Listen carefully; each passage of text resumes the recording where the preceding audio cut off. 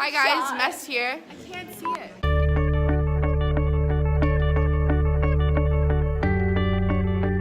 As many people know, Toni Morrison is a Nobel Prize and Pulitzer Prize winning novelist, editor, and professor. Her novels are known for their epic themes, exquisite language, and richly detailed African American characters who are essential to their narratives. Morrison's best works include her first novel, The Bluest Eye, Pulitzer Prize winning Beloved, children's book, The Big Box, and much more. Most significantly, Toni Morrison's novels are distinguished by poetic style, perceptive force, and addresses the various aspects of American reality. Toni Morrison was born on February 18, 1931, in Lorain, Ohio. She was the second oldest child in her family of 4 children and grew up with a father who worked very often to keep their family afloat, and her mother was a domestic worker. Growing up in a very loving household, she was not aware of racial segregation until she became a teenager. She attended Howard College and later received her master's at Cornell University.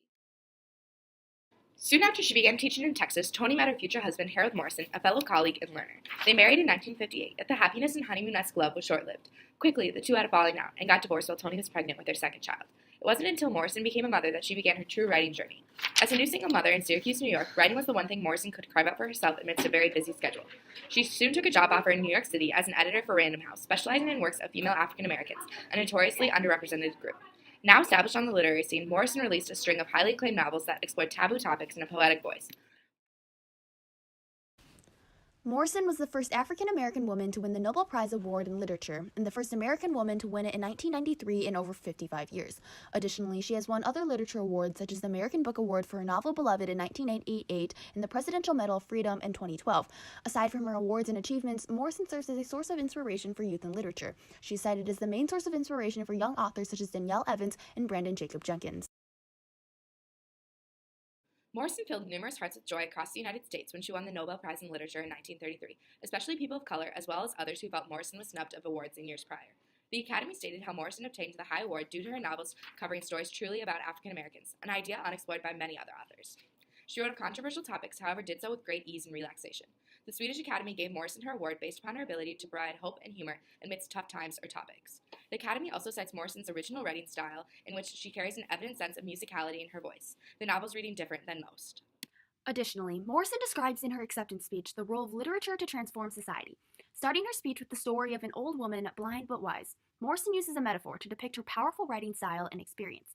In the metaphorical bird and woman, Morrison suggests that the bird is language and that the woman is a writer who steers the bird towards flight. When asking if the bird is living or dead, Morrison speaks to the importance of the survival of language, as it is susceptible to death if placed in the wrong hands. She quotes that oppressive language does more than represent violence. It is violence. Noting that the sexist and racist language does not allow for new knowledge to be formed or exchanged, Morrison makes it her responsibility to continue the creation and transformation of productive language, challenging societal expectations about race and gender. Through this speech, Morrison explains how language is not only a source of linguistic power and influence, but rather a responsibility for humankind to uphold. Ending with the optimistic tone. Her quote, "Narrative is radical, creating us at the very moment it is being created." She sets the stage for hope and inspiration amongst youth authors to continue their moral and social investigations through literature. Morrison is significant in American literature because of her powerful writing style and ability to convey the complex emotions of controversial issues such as gendered and racial oppression. Throughout her novels, Morrison explores themes, motifs, and other literary elements such as motherly love and color to bring attention to these suppressed issues in society.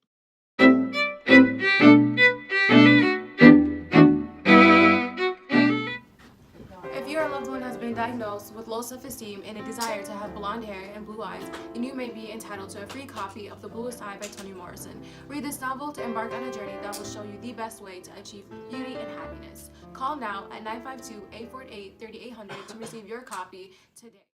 Set in 1941, The Bluest Eye focuses on the life of a young African-American girl named Pecola Breedlove growing up in Lorain, Ohio. Pecola is constantly bullied due to her blackness, facial features, and placement in society. Due to her environment and societal standards, Pecola prays for her eyes to turn blue in order to be as beautiful and beloved as the blonde, blue-eyed children in America. Her insecure feelings get stimulated even more as all the people in her surroundings only idolize white individuals. In the novel, Morrison takes readers on the journey of discovering the meaning of love, beauty, and fear, writing a powerful, unforgettable work of American fiction. Have you or someone you know experienced an unforgivable betrayal? Has someone's actions resulted in a cut so deep you can't heal? Well, then you need Morrison's Law Firm. We will help you heal and find the peace you are looking for. Call 1-800-789-2345 for more information about how we can help you. The novel Sula follows the lives of two young girls, Sula Peace and Nell Wright. Although they grow up in very different families and households, the young girls become best friends. The plot follows the lives of these two girls living in Medallion, Ohio in the 1920s. Over the years, Nell becomes an important woman of the community and Sula becomes a societal outcast, but they stay connected with a dark secret. Their friendship leads to an unforgivable betrayal and leaves both women with many regrets. Within this novel, Morrison's diction, style, use of metaphors, symbols, personification, imagery, and many other literary elements makes her writing stand out from other authors.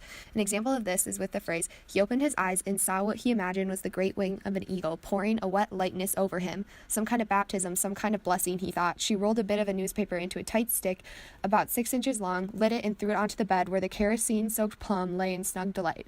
Morrison 47. This phrase uses a symbol of an eagle and also shows Morrison manipulating language to enhance the novel. In addition, Morrison addresses powerful issues such as racism, sexism, betrayal, and explores the true meaning of love, which shows her moving literature in an ideal direction. Looking for some scary adventure, enjoy haunted houses, or even just hoping for some stress relief? We've got you covered. Come to Morrison's Haunted Houses 124, featuring live ghosts, real blood, and spooky music. 124 is perfect for any long-term family reunion. Order now before tickets run out at morrisonshauntedhouses.com. Beloved takes place in 1873 in Cincinnati, Ohio, where the main character Seth, a freed slave, lives in house 124 with her 18-year-old daughter Denver. However, one day, a man named Paul D. arrives at the home, someone Seth has not seen in over 20 years. Paul D.'s return renews many of Seth's previous memories at the Sweet Home Plantation, where she was sold at the age of 13.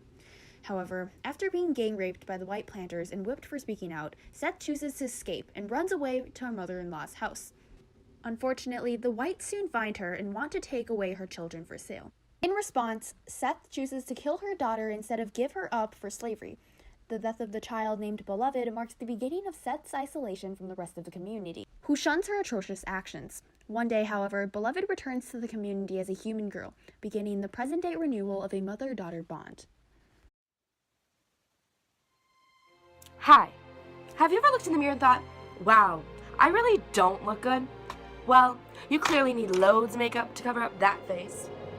Always remember that you will never fit society's standard of beauty. No matter how hard you try, you need makeup to cover it up, honey. That's why you should go out and buy Morrison's makeup line. It definitely will do your work. Also, if you want to learn more about the depressing society standards that are held to young girls, read God Help the Child. It's clearly relevant. God Help the Child is Morrison's first novel set in modern day, where she explores the repercussions of a harsh and intense upbringing. Lula is born with the darkest of skin, which comes as a surprise to both her father and mother, as neither possesses too dark of skin.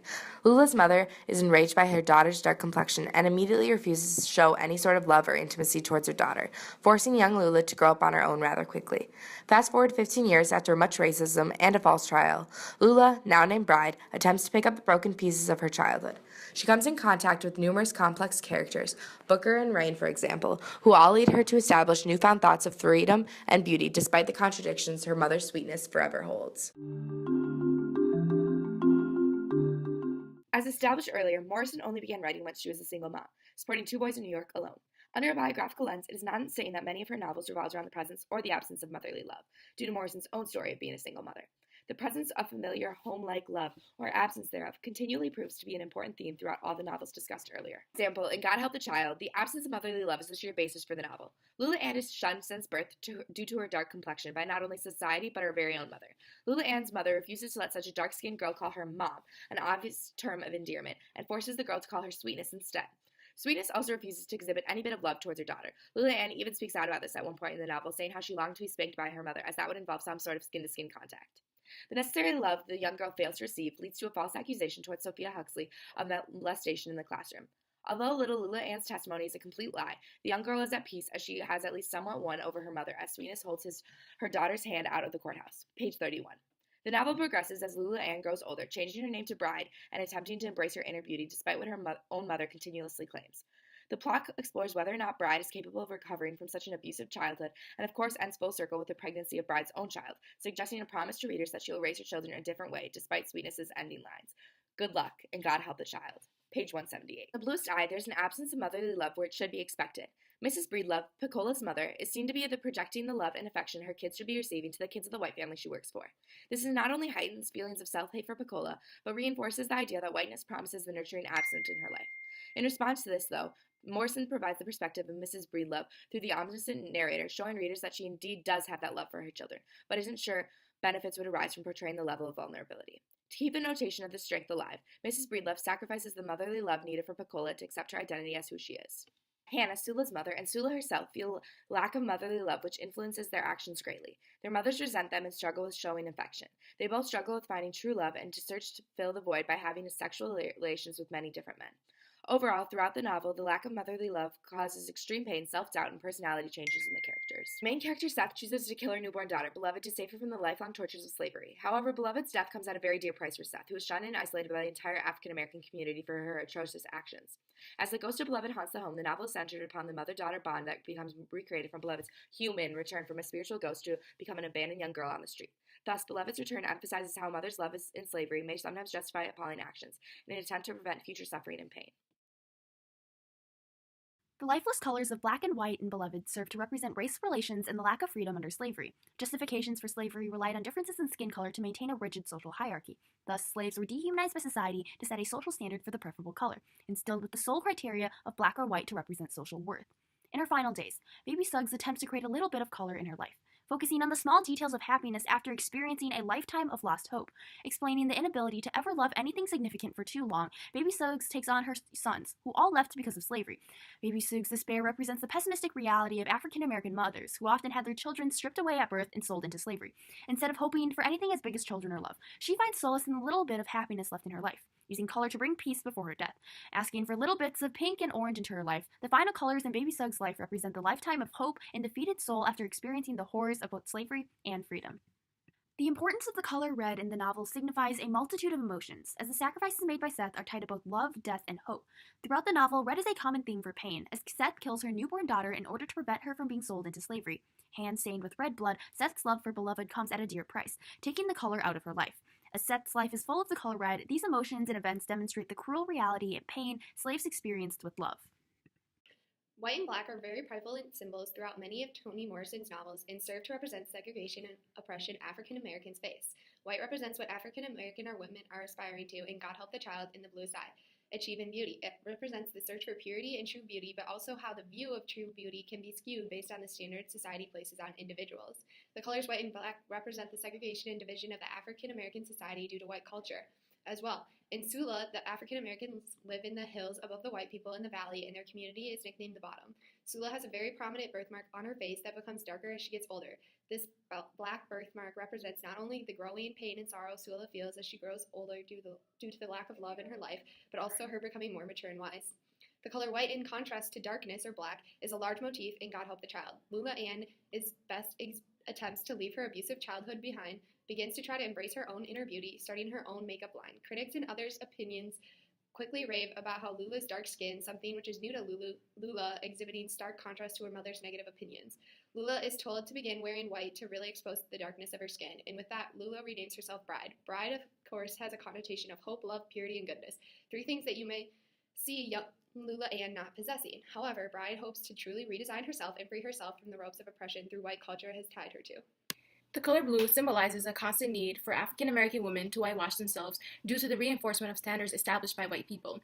In the novel, Piccola believes that beauty and acceptance from her community will arise in her blue eyes. This idea stems from the actions of many individuals in her surroundings adoring and idolizing only white women with blue eyes or black girls with whiter features. The promotion of whiteness is seen through Piccola and Frida's life goal to be as white and beautiful as Shirley Temple, as well as the boys in the playground being nice and listening to Maureen, a light-skinned black, resulting in a deep internal self-hate. This division within the black community strengthens sentiment already present due to white oppression. Morrison illuminating the constant need of whitewashing among black girls highlights a recurring theme in history. There is a very persistent emphasis in the society to achieve happiness, beauty, and success through the denotations established by white people. Morrison demonstrates the harmful effects of allowing and supporting only one version of something and shows the benefits of supporting various cultures and various aspirations in life. Toni Morrison paves a pathway for underprivileged authors and serves as a source of inspiration. She writes books about young African American girls and is not afraid to talk about rape, racism, and sexism, among other very controversial issues that are prominent in society. She stands out from other authors by attacking these issues with grace, accuracy, and style that gives underrepresented groups a voice. It's important that young African American women and people of color in general are able to express their voices. Her writing and teaching has greatly influenced many to do so, deserving the recognition she receives today. Hi guys! Thanks for watching. Like and subscribe below. Half of our group isn't here right now, but once a mess, Always a mess.